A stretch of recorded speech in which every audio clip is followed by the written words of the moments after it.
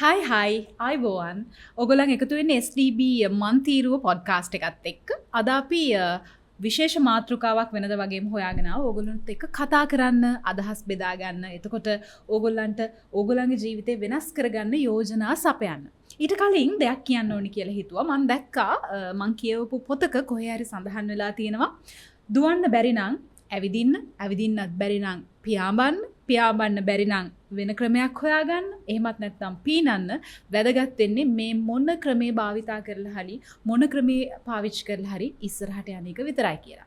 ඇත්තනේ හැමෝම හැමදාම එක විදිහට ඉන්න ඕනේ නෑ. වැදගත් වෙන්නේ ලයිෆ් එකේ එක ස්ටෙප් එකක් හරි ඉස්සරහට යන එක තමයි.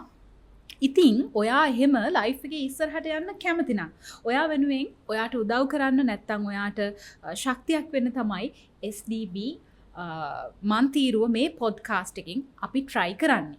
අද අපි විශේෂ මාතෘකාවක් ගැන කතා කරනවා කියලා කිව්වනේ. මොකද්ද ඒ මාතෘකාව? අද අපි කතා කරන්න හදන්නේ තිරසර සංවර්ධනය සහ ග්‍රාමීය ප්‍රජාව නගා සිටුවීම ගැන. එහෙම කිව්වහම දේශපාලන කතාවක්ද කියලාත් හිතුණා නේද? ඔව් පහුගිය කාලේ නිරන්තරයෙන්ම මේ දේශපාලන කතා එක්ක ලංකාවේ නිවුස් එක්ක තිරසර සංවර්ධනය සහ ග්‍රාමීය ප්‍රජාව නගා සිටුවීම ගැන කතා ඇහුණා. ඒ කතා ගැන නෙවෙයි අපි කතා කරන්නේ.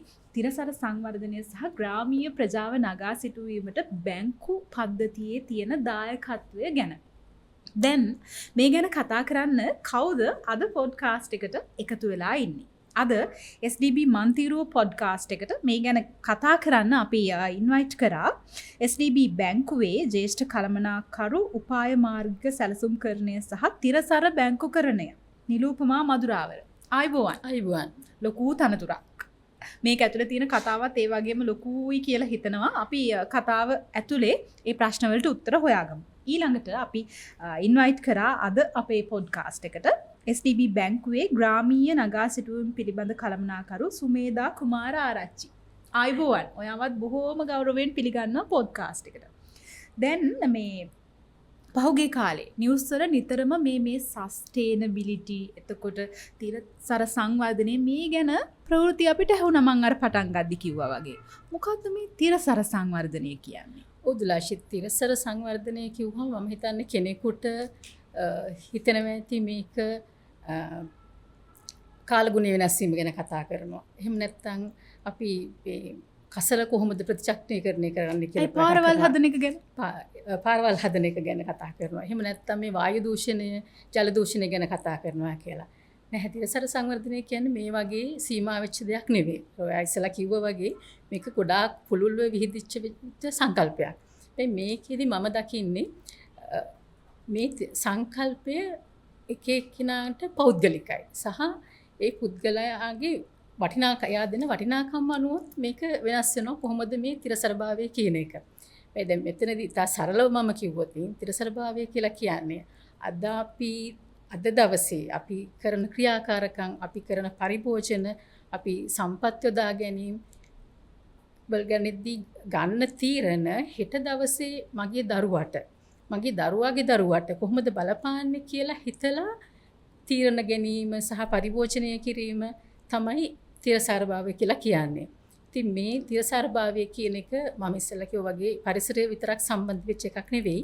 මෙතනදී මේක බොහොම පුළුල විහිදෙනවා. මේකෙදි සමාජීය අංශය ගැන අපිට කතා කරන්න පුළුවන්. ඒත් එක්කම පාරිසරික අංශය සහ ආර්ථික පැත්ත මේ තුනම මේ පිලස් තුනේම සමබරතාවයක් ඕන අපිට තිරසර සංවර්ධනයට යන්න. එතකොට අපි හිතුවොතින් ඇයි මේ තිරසර සංවර්ධනයක් ඕන? දැන් අපි පාරිසරික පැත්ත සැලකුවොත් එහෙම අපි හැමෝටම මම හිතන්නේ ඔයාට මට හැමෝටම දැනෙන දෙයක් තමයි මේ වෙලාවේදී මේ එළියේ තියෙන අධික උෂ්ණත්වය. ඒත් එක්කලම සමහරක් වෙලාවට සමහරක් පැතිවලට ඉතා දරුණු නියඟ කාල තියෙනවා අපේ රටේ මේක කොටසකට. ඒත් එක්කම රටේ තව කට්ටියකට හොඳට වහිනවා. එතකොට මේ වෙලා තියෙන කාලගුණ දේශගුණ විපර්යාස. එතකොට මේ කාලගුණ දේශගුණ විපර්යාසත් එක්කලා සම්බන්ධ වෙලා තියෙනවා. දැන් මම කිව්ව ඉස්සෙල්ලා ගත්ත උදාහරණෙම අපි ගත්තොත් නියඟයක් තියෙන පැත්තක වගා කටයුතු කරගන්න බෑ. එතකොට ඒ පැත්තේ ඉන්න ගොවියට එයා කරන වගාවලට එයාට ආර්ථිකයට සහනයක් ලැබෙන්නේ නැහැ. එතකොට එයාගේ දරුවන්ගේ අධ්‍යාපන කටයුතු වලට යොදා ගන්න මුදල් නැහැ. එතන සමාජ ප්‍රශ්න ඇති වෙනවා. ඒක නිසා තමයි මේ පරිසර ගැටලුව සමාජීය වශයෙන් බලපාන තැන. එතකොට මේක ආපහු සම්බන්ධ වෙනවා එංගේ ආර්ථිකයට. ඒත් එක්කම අපි සැලකුවොත් එහෙම අපි ගන්න ආර්ථික තීරණ, ඒ කියන්නේ සමහරක් දේවල් තියෙනවා, සමහරක් ෆැක්ටරි එකකින් වෙන්න පුළුවන්, එළියට දාන අපද්‍රව්‍ය ඉකොනොමි එකට යම්කිසි දායකත්වයක් දැක්වුවට සමාජයට සහ පරිසරයට ආය ගැටලු ඇති කරලා. ඉතින් මේ කොටස් තුන වෙන් කරලා අපිට කතා කරන්න බෑ. මෙතනදී හැමතිස්සෙම එකකට එකක් සම්බන්ධ වෙච්ච මේ පිලර්ස් තුනක් ගැන තමයි කතා කරන්නේ. ඉතින් ඒක කොහොම ඔයා කිව්වා වගේ බ්‍රෝඩර් කන්සෙප්ට් එකක්. හරි. සුමේද දැන් මේ මම පටන් ගද්දිම කිව්වා වගේ අපේ කට්ටියට හිතෙන්න පුළුවන් ග්‍රාමීය ප්‍රජාව නගා සිටුවීම කියලා කියන්නේ දේශපාලන කතාවක්. එහෙම හිතෙන්න පුළුවන්. ග්‍රාමීය ප්‍රජාව නගා සිටුවීම කොහොමද බැංකුවකට සම්බන්ධ වෙන්නේ? මොකද්ද මේ බැංකු පද්ධතිය සහ ග්‍රාමීය ප්‍රජාව සවිබල ගැනීම අතර තියෙන සම්බන්ධය? උදලංශ දැන් අපිට ග්‍රාමීය ගම්වල ඉන්න කට්ටිය ගත්තාම ගම්වල විතරක් නෙමෙයි නගරබදව හරි දැනට ඉන්න කට්ටිය ගත්තාම වැඩි දෙනෙක් අපි හිතන්නක උදාහරණයක් විදිහට ගත්තොත් ගමක කෙනෙක් ඉන්නවා එයා මොකක් හරි මහන ව්‍යාපාරයක් පටන් ගන්නවා. එහෙම නැත්නම් සැලුන් එකක් දානවා. අපි ප්‍රැක්ටිකලි මේ දැකලා තියෙන දේ තමයි එක්කෙනෙක් දැම්මොත් අල්ලපු ගෙදර හිටහා ගෙදර ඒ වගේ මුළු ගමම වගේ එක දිගටම දාන්නේ මොන හරි මහන ව්‍යාපාර. එහෙම නැත්නම් රෙදි ගේන. ඒ වගේ අර ව්‍යාපාරයට කම්පිටිෂන් එකක් වෙන විදිහ ඒවා. එහෙම නැත්නම් අර කොහොමද සස්ටේන් විදිහට අර ව්‍යාපාරයට කපල් කරලා තමන්ගේ නිෂ්පාදනයත් වැඩි දියුණු කරලා විකුණන්නේ කියන එක ගැන කිසිම කෙනෙක් කතා කරන්නේ නැහැ. දැන් අපි මෙතන ග්‍රාමීය නගා සිටුවීම අංශ විදිහට අපි මෙතන කතා කරන්නේ කොහොමද මේගොල්ලන්ට අපි ව්‍යාපාර අදහසක් දෙන්නේ. ඒ කියන්නේ හුදෙක් අර රැල්ලට අල්ලපු ගෙදර කරන කෙනා කරපු හින්දා නැත්තම් මොකක් හරි රජයෙන් ප්‍රදානයක් දෙනවයි කිව්ව හින්දා ඒජි ඔෆිස් එකේ කුකුල් පැටවු නිකන් දෙනවයි කිව්ව හින්දා එහෙම ව්‍යාපාරයක් පටන් ගන්නේ නැතුව තමන්ගේ දක්ෂතා මොනවාද, තමන්ගේ කුසලතා මොනවාද, ස්කිල් මොනවාද, තමන් ආසමකයටද, තමන්ගේ තියෙන වටපිටාවෙන් මොකද්ද තමන්ට කරන්න පුළුවන් දේ, අන්න ඒ වගේ දේ හරියටම අඳුනගෙන එයාට ගැළපෙන ව්‍යාපාරයක් පටන් ගන්න. ඒකට ඕනේ පුහුණුව ගන්න. පුහුණුව ලබා ගන්න. ඊට පස්සේ වෙළඳපොළ සම්බන්ධීකරණය, මාකට් කෝඩිනේෂන් එක. කොහොමද මේ මාකට් එකට යා මේ බඩු ටික අරගෙන යන්නේ? ඒක ඩිජිටල් Facebook වගේ එකක් කරහාද එහෙමත් නැත්නම් ගමේ පොළට ඒ ටික අරගෙන යන්න ඕනේද? කොහොමද තමන්ගේ බඩු ටික ගන්න ඔඩියන්ස් එක හරියට අඳුනගන්නේ? ඔන්න ඔය වගේ දේවල් වලට මඟ පෙන්වීමක් කරන්න තමයි බැංකුවක් විදිහට බැංකු පද්ධතිය ග්‍රාමීය නගා සිටුවීමට සම්බන්ධ වෙන්නේ. එතකොට දැන් මම උදාහරණයක් විදිහට කියනවා නම් හරි නිරුපමා කිව්වා අර පරිසරයත් එක්ක කොහොමද මේක වෙනස් වෙන්නේ කියලා. ඔගේ බොහොම ප්‍රැක්ටිකල් දෙයක් අපි පහුගිය කාලේ දැක්කා. මොනරාගල දිස්ත්‍රික්කය කියන්නේ ඉස්සර ගම්මිරිස් වලට හරි ප්‍රසිද්ධ තැනක්. හැබැයි ඊට පස්සේ කාලයක් වෙනකොට මොනරාගල රබර් වවන්න පටන් ගත්තා. ඒ රබර් වවනවත් එක්කම එතන තියෙන පාරිසරික තත්ත්වය වෙනස් වුණා. තෙත් කලාපීය ලක්ෂණ වලට ඒ විදිහට වෙනස් වෙනවා. ඒකේ අමතර ප්‍රතිඵලයක් විදිහට ගම්මිරිස් අස්වැන්න අඩු වෙනවා. අන්න ඒ වගේ දේවල් වලට දැන් අපි ග්‍රාමීය නගා සිටුවීම වලින් කරන්නේ එහෙම එයාලගේ ඉදිරි ව්‍යාපාර අවස්ථා කොහොමද මේ අද තියෙන තත්ත්වෙ නෙමෙයි අනාගතේ දැකලා කොහොමද ඒගොල්ලෝ මේ ව්‍යාපාරවල අලුත් ව්‍යාපාර එක්ක සම්බන්ධ වෙන්නේ අනාගතේ යාලා කරන්න ඕනේ මොකද්ද ඒකට යාලා එම්පවර් වෙන්නේ කියන්නේ සවිබල ගන්නවන්නේ කියන එක මට දැන් සැලුන් එකක් පටන් ගන්න ඕන නම් තව අවුරුදු දෙකකින් මම අද ඒක ඉගෙන ගන්න ඕනේ. අන්න ඒ වගේ මොනවද යාලට අවශ්‍ය පුහුණුව. අන්න ඒ වගේ දේවල් වලට මඟ පෙන්වීමක් කරන්න. බිස්නස් කන්සල්ටේෂන් පාර්ට් එකක් වගේ අන්න ඒ විදිහට තමයි බැංකු පද්ධතිය මේ ග්‍රාමීය නගා සිටුවීම වලට සම්බන්ධ වෙන්නේ.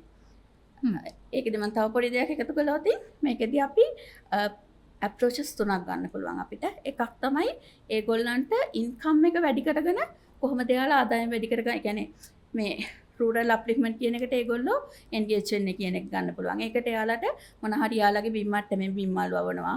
ඒ වගේ කිරිහරකෙක් හදනවා. ඒ වගේ පොඩි දෙයකින් පටන් අරගෙන ඉස්සරහට යන්න පුළුවන් විදිහේ ව්‍යාපාරයක් අපිට සම්බන්ධ කරලා දෙන්න පුළුවන්. ඊළඟට අනිත් එක තමයි ගමේ ඉන්න කට්ටියවම සංවිධානය කරලා ගමට ගැලපෙන ව්‍යාපාරයක් එයාලා හදනවා. උදාහරණයක් විදිහට ගත්තොත් අපි මේ විදි දැල්නිගල් ප්‍රදේශය කරනවා වගේ කමියුනිටි බේස් ටූරිසම් වලට ගමේම හදා ගන්නවා ටුවර් ගයිඩ් ඇසෝසියේෂන් එකක් වගේ හදනවා. එතකොට ඒ ගම වෙනුවෙන් කතා කරන්නේ ගමේ ඉන්න නායකයෝ, ගමේ ඉන්න වැඩිහිටි පුද්ගලයෝ, ගමේ ඉන්න තරුණ කණ්ඩායම්. ඒ විදිහට ඒගොල්ලෝ ඒක ඉස්සරහට අරගෙන යනවා.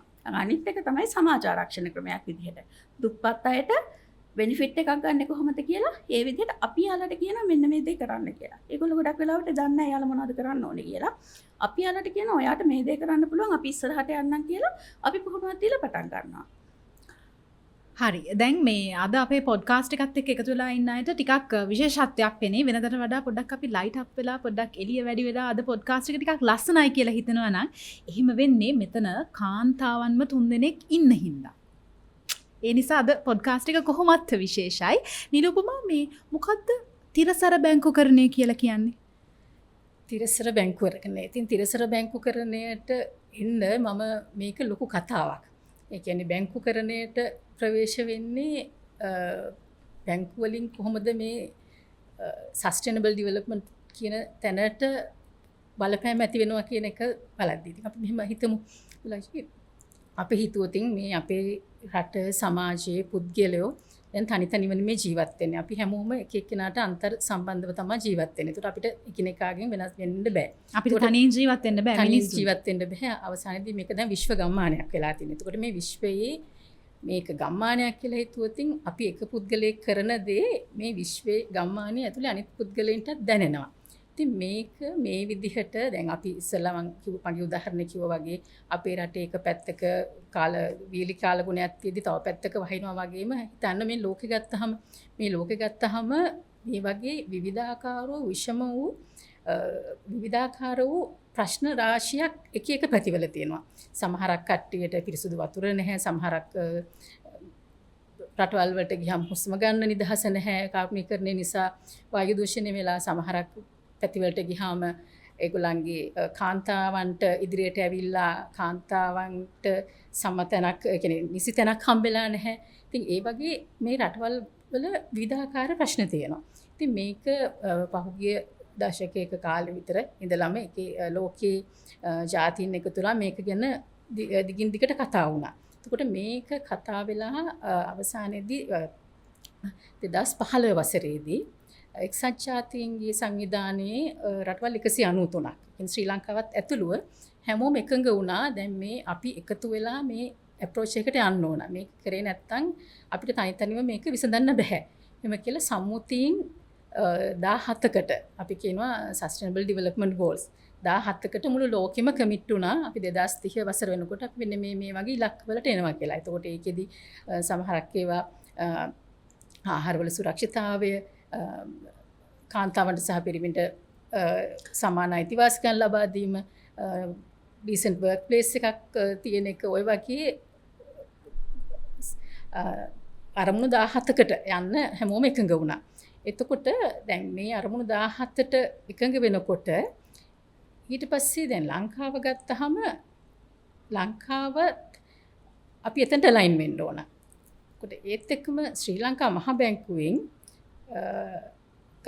ශ්‍රී ලංකා මහ බැංකුවේ කාර්යභාරය ගත්තාම ශ්‍රී ලංකා මහ බැංකුවේ කාර්යභාරය වෙලා තියෙන්නේ රටේ මිල ස්ථායීතාවය තියාගන්න එකත් රටේ මූල්‍ය ආයතනවල ස්ථායීතාවය පවත්වාගෙන යන එකත්. එතකොට මම ඉස්සරලා කිව්ව හේතු මත උදාහරණයක් විදිහට දැඩි කාලගුණ තත්ත්වයක්, දැඩි ගම් වතුර තත්ත්වයක් ඒ වගේ ආවොතින් වගාවන් වලට හානි වෙනවා. මේ වගේ වෙන සමාජ ප්‍රශ්නත් එක්කලා රටේ මිල ස්ථාවරත්වය වෙනස් වෙනවා.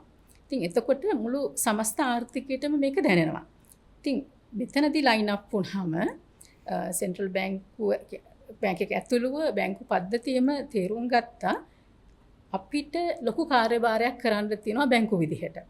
ඒකට මෙතනදී දැන් බැංකු කියන්නේ දැන් අනිත් කර්මාන්ත ශාලා වගේ යම් කිසි දේවල් පරිසරයට අපද්‍රව්‍ය යන්නෙත් නැහැ. අපි පිරිසක් ඉන්නවා, බිල්ඩින් තියෙනවා, අපි සේවාවන් සපයනවා. ඒ වුණාට දැන් අපි බැංකු සම්බන්ධ වෙන්නේ කොහොමද කියලා බැලුවොත් සමස්ත ක්‍රියාවලියම ගත්තාම සමස්ත බැංකුවේ කරන සමස්ත ක්‍රියාවලියෙන් 120ක් විතර තමයි අපි ඩිරෙක්ට් මේ පරිසරයේ යම් කිසි වෙනස්කමකට 20%කටත් අඩු ප්‍රමාණයක් තමයි තියෙන සංඛ්‍යා දත්ත අනුව පෙන්වුම් කරන්නේ.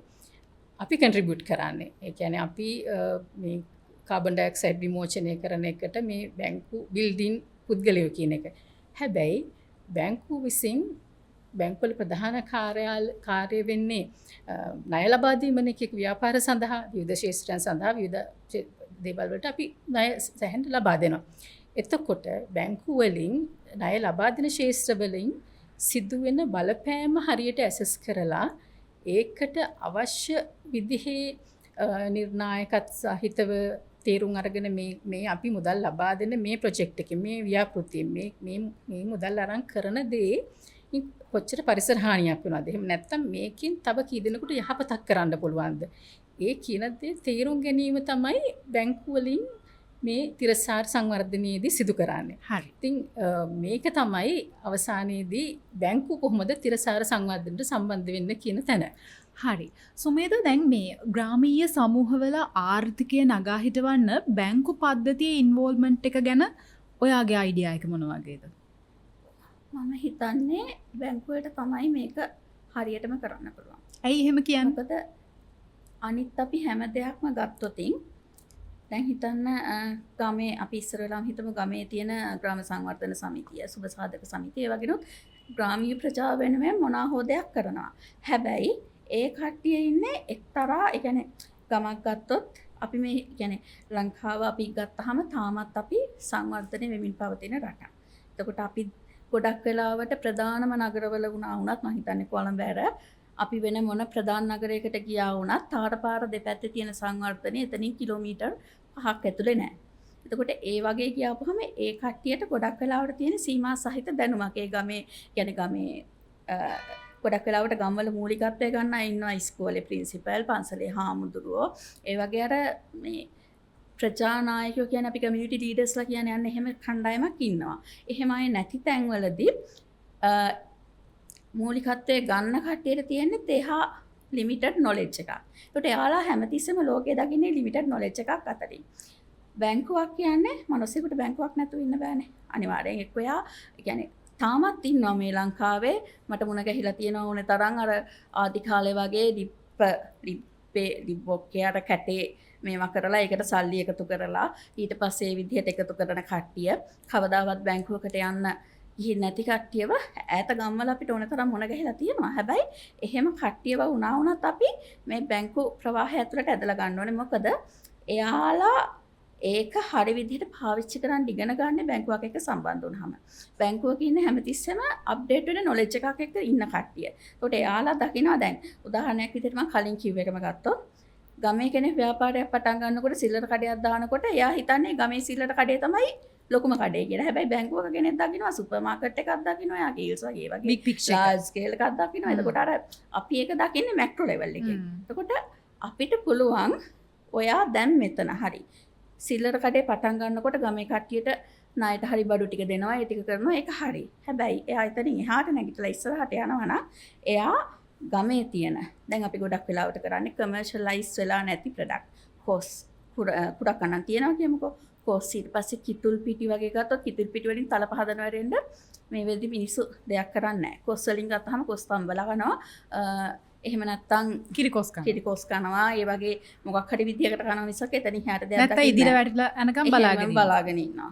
හැබැයි අපි මේ වෙනකොට ඒ වගේ ප්‍රොඩක්ට් වලින් අපි යාලට ඒ කියන්නේ අපි ගයිඩ් කරනවා කොස් ගත්තාම මේ වෙනකොට සාමාන්‍යයෙන් ටවුන් වල කොස් පොඩි මල්ලා කර කොස් මඳුල් 10ක් විතර වගේ තියෙන මල්ලා රුපියල් 100ට 150ට වගේ ගන්නවා. ඒ ගන්නේ ගොඩක් දරුවන්ට මේ වෙද්දි කියනවා කොස් දෙන්න කියලා ඒක පෝෂදායි ආහාරයක් විදිහට.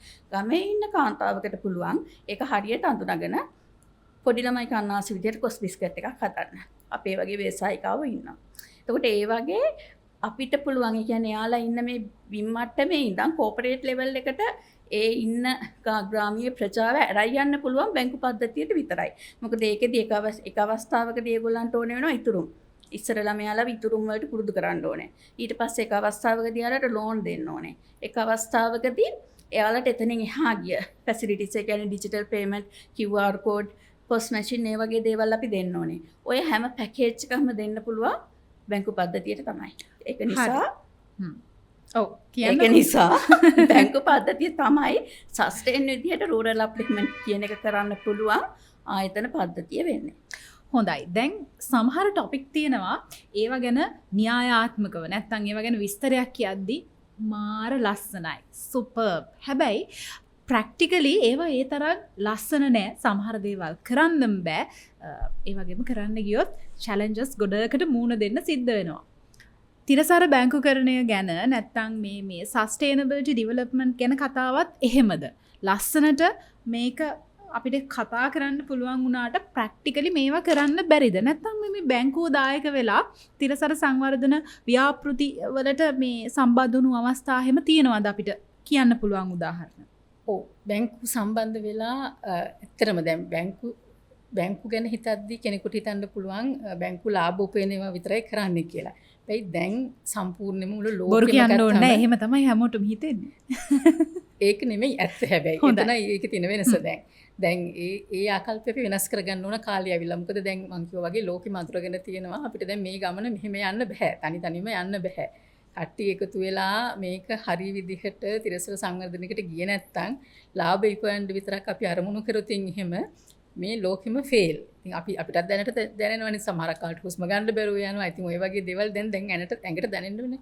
එතකොට දැන් මේ වෙලාවෙත් දුලෂි ලංකාව ගත්තාම මේ තියෙන ක්ලයිමේට් ප්‍රශ්නත් එක්කලා ලංකාවේ GDP එකකින් 0.4ක් ඒ කියන්නේ ඩොලර් මිලියන් 300ක් විතර ලොස් වෙනවා අවුරුද්දකට.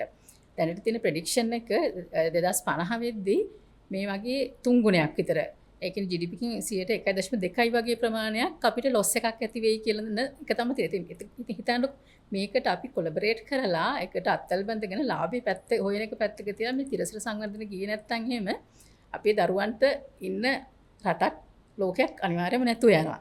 ඉතින් එතකොට බැංකු වලින් මේ වෙලාවේදී කරන්නේ මම ඉස්සලා කිව්වා වගේ ව්‍යාපෘති ආවහම අපි හොඳට බලනවා. මේකෙන් කිසි පරිසරයට ඩැමේජ් වෙනවද?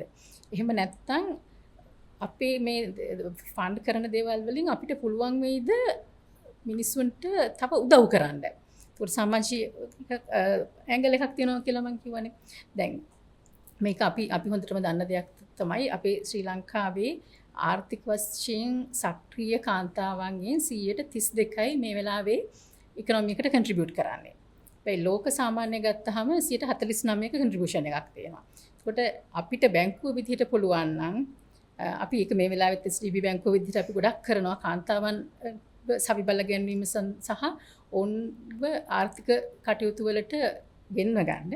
එතකොට අපිට පුළුවන් නම් රටක් විදිහට එකතු වෙලා මේ ලෝක සාමාන්‍ය 49% මට්ටමට ලංකාවෙත් මේ 32 කියන එක 49%ට ගෙනියන්න පුළුවන් නම් අපේ දල දේශීය නිෂ්පාදනය 14%කින් වැඩි කරන්න පුළුවන්.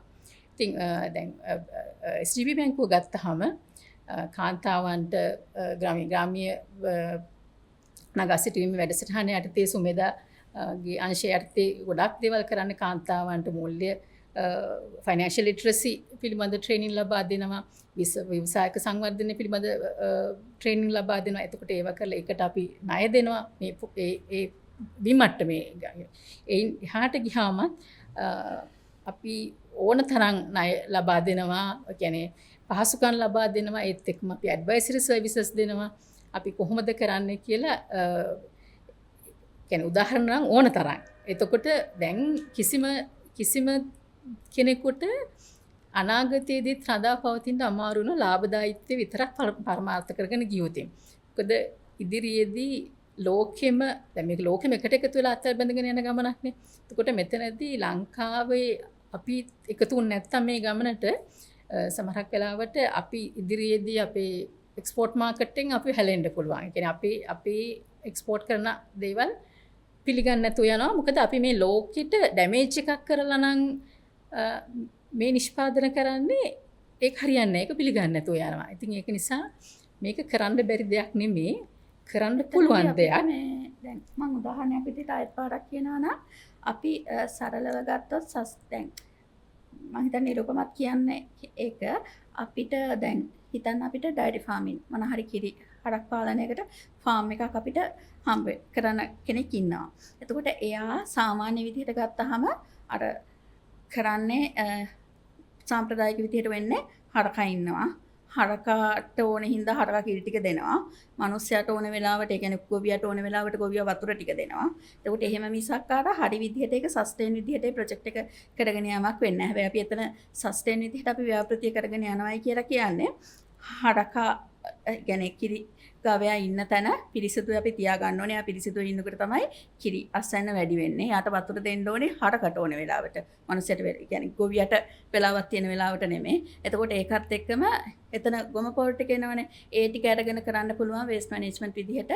එයාට ඒක ඕගනික් මේ ෆර්ටිලයිසර් එකක් විදිහට ඒක එළියට විකුණන්න පුළුවන්. එහෙම නැත්නම් අපිට ඉස්සර බයෝගෑස් ගැන අපි කතා කළානේ. බයෝගෑස් විදිහට ඒක පාවිච්චි කරන්න පුළුවන්. අන්න ඒ වගේ අපි කරන එක කොහොමද උපරිම හොඳට පරිසරයට හානියක් නොකර වඩා වැඩි ප්‍රතිඵලයක් ජෙනරේට් වෙන විදිහට කොහොමද අපි කරන්න කියන එක. හරි සුමේද දැන් අපේ වෙලාවත් ඉවර වෙගෙන යන්නේ. හැබැයි මේ ප්‍රශ්නේ අතාරින්න හොඳ නෑ කියලා මං හිතනවා. මම දැක්කා ලංකාවේ මේ මෑතක නිකුත් වෙච්ච සංඛ්‍යා ලේඛනයක තියෙනවා ලංකාවේ වැඩ නොකරන 72 ලක්ෂයක් ඉන්නවා කියලා. ඒ කියන්නේ මේ සක්‍රීයව ශ්‍රම බලකායට සම්බන්ධ වෙන්න පුළුවන්. හැබැයි එහෙම සම්බන්ධ නොවන වැඩක් නොකරන 72 ලක්ෂයක් ඉන්නවා කියලා. අපි ස්ටැට් එක අමතක කරමු. මේවා වෙනස් වෙන්න පුළුවන් අපි කතා කරන වෙලාවත් එක්ක. හැබැයි දැන් මේ වෙද්දි සක්‍රීයව ආර්ථිකයට දායක වෙන්න පුළුවන්. හැබැයි දායකත්වය ලබා නොදී ඉන්න අය සක්‍රීයව ආර්ථිකයට මේ යුද්ධයට එකතු කරගන්න මොනවද බැංකු පද්ධතියට කරන්න පුළුවන්? මොනවද ඔයා හිතන්නේ? අපි දැනටත් අපි කියන්නේ අපි දැනට හඳුනාගෙන තියෙන විදිහට ඒකෙන් එක පැත්තක් ඉන්නවා කාන්තාවන්. කාන්තාවන් මේ අතර සමා වෙන්න. මේ අතර වැඩි පිරිස කාන්තාවන් කියලාත් කියනවා. කාන්තාවන්ට වැඩි පිරිස කාන්තාවෝ වෙන්නේ ආලා අපි හිතමුකෝ රැකියාවක් නොකරන අය කියලා. දැන් අපි රැකියාවක් කරන අය විදිහටත් ගෙවල් දොරවල් අස්පස් කරන එක උගෙන පිහන එක ඒක අපි හැම කෙනෙක්ම කරන දෙයක්. හැබැයි රැකියාවක් නොකරන කාන්තාවක් විදිහට ගත්තාම ඒගොල්ලන්ට ඇත්ත දරුවන්ගේ වැඩ තියෙනවා, ගෙදර දොරේ වැඩ තියෙනවා, ඒ ඔක්කොම හරි. හැබැයි එහා ඒක කරන්න පාවිච්චි කරන කාලය. අපිට උදාහරණයක් විදිහට මේ අපි මේ කතා කරන ටික අපිට ඕන දවසක් කතා කරන්න පුළුවන්, මිනිත්තු 5ක් කතා කරන්න පුළුවන්, පැයක් කතා කරන්න පුළුවන්. ඒ වගේ අර ගෙදර දොර වැඩ ටික කරන එකේ ටික ඔක්කොම ඒගොල්ලන්ට දවසක් කරන්නත් පුළුවන්, පැය දෙකක් විතර වගේ කරන්නත් පුළුවන් රැකියාවක් කරන කාන්තාවක් වගේ. අපි දැනට ඒ කාන්තාවන්ව යොමු කරනවා එයාලගේ වෙලාව කොහොමද හරි විදිහට පාලනය කරගෙන අමතර දෙයක් ඉගෙන ගන්න, ව්‍යාපාරයක් පටන් ගන්න කොයි විදිහටද ඒක යොමු කරවන්නේ කියලා. ඒ විදිහට අපි හදපු කාන්තාවෝ මේ වෙනකොට 500කට එහා ගාණක් අපි ගාව ඉන්නවා. කලින් ඇත්තට මේක ඒ ගමේ ටිකක් අපරාධත් වැඩි වෙන මට්ටමකට ගිහිලා තිබුණා. ඒ කියන්නේ අර වෙලාව හරියට පාවිච්චි කරන්නේ නැති හින්දා දැන් මේ හැම කෙනෙක්ම තමන්ගේම බිස්නස් එකක් තියෙන, තමන්ගේම නිෂ්පාදනයක් එළියට දාන විදිහේ කාන්තාවන් බවට පත් වෙලා තියෙනවා. අනිත් එක තමයි ලංකාවේ ඩිසේබිලිටි එක. ඩිසේබල් ජනතාව කියලා කියන්නේ ආබාධිත ජනතාව කියලා කියන්නේ ගොඩක් ඈත කාලේ ඉඳන්ම හැමෝම හිතන්නේ එයා හැමදාම යැපෙන්නෙක් වෙන්න ඕනේ කියලා. කාගුරු හරි පවුල කෙනෙක්ගේ අනුකම්පාව මත ඒ ඇතුළටම වෙලා ඒ විදිහට ඉන්න ඕනේ, ඒ විදිහට ආරක්ෂා වෙන්න ඕනේ කෙනෙක් විදිහට තමයි හැමෝම දැක්කේ. හැබැයි අපි දැන් සංවර්ධනය කරගෙන යන්නේ එයාගේ ඩිසේබල් එයාට අමාරුව තියෙන කකුල් වල නම් එයාට පුළුවන් අත් දෙකෙන් වැඩක් කරන්න. මොකද ඔය හැම කෙනෙක්ම දක්ෂ මොකක් හෝ දෙයක් තියෙනවා. ඒ විදිහට අපේ ඉන්න කාන්තාවක් එයාගේ ඉන්නේ පල්ලෙහා පණ නැහැ ස්නායු ප්‍රශ්නයක් හින්දා. හැබැයි එයා හරි ලස්සනට ඌල් ගොතනවා. ඒ ඌල් ගොතනවා විතරක් නෙමෙයි, තව සතියකින් දෙකකින් විතර වගේ එයා ගමේ දරුවන්ට ඌල් ගොතන විදිය උගන්වනවා ඉස්කෝලේ යනකොට පස්සේ ගෑනු ළමයින්ට. ඒ වගේ තව අපේ කෙනෙක් ඉන්නවා ඇක්සිඩන්ට් එකකින් කකුල සම්පූර්ණයෙන් මේ දණහිසෙන් උඩ මේ ආබාධයට ලක් වෙලා ඒක හැ සම්පූර්ණයෙන් පේන්නේ නැති කෙනෙක්. එයාට පුළුවන් එයා මේ වෙනකොට ලස්සනට චිත්‍ර ඇඳලා විකුණනවා. ඒ වගේ අපි ඒ හැම කෙනෙක්ම කොහොමද Tamanට Taman ගැන අභිමානයක් දැනෙන විදිහට අපි යාලව මේකට මේ සංවර්ධන ප්‍රවාහයට අපි යාලව හවුල් කරගන්නවා. හොඳයි අද පොඩ්කාස්ට් එක ඉවර කරන්න හදන්නේ. අද අපි කතා කරේ තිරසර සංවර්ධනයට බැංකු පද්ධතියේ දායකත්වය සහ ග්‍රාමීය ප්‍රජාව සවිබල ගැන්වීම ගැන. අද අපේ පොඩ්කාස්ට් එකේ හිටියේ කාන්තාවන්ම 3 දෙනෙක්. අපි ඔක්කොම එකතු වුණොත් මොනවද කරන්න බැරි කියලා දැන් ඔබට හිතනවා ඇති. අද මේ පොඩ්කාස්ට් සීරීස් එකේ එපිසෝඩ් එකට එකතු වුණා අපේ ඉන්විටේෂන් එක පිළි අරගෙන SDB බැංකුවේ ජ්‍යෙෂ්ඨ කළමනාකරු උපාය මාර්ගික සැලසුම්කරණය සහ තිරසර බැංකුකරණය නිලූපමා මදුරාවර බොහොම ස්තුතියි ඔයාට. ඒත් එක්කම අද ආවා අපිත් එක්ක මේ එපිසෝඩ් එකට එකතු වෙන්න SDB බැංකුවේ කළමනාකරු ග්‍රාමීය නගා සිටුවීම් සුමේදා කුමාරාරච්චි. බොහොම ස්තුතියි.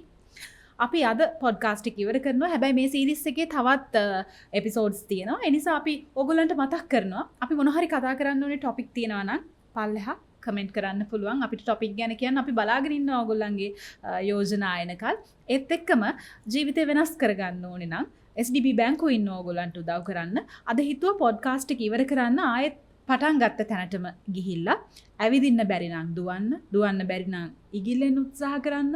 ඒත් බැරි නම් පීනන්න. වැදගත් වෙන්නේ ඉස්සරහට යන එක විතරයි. ඔබ වටින SDB බැංකුවත් එක්ක SDB මන්තීරුව පොඩ්කාස්ට් එකකින් ආය අපි හම්බ වෙමු.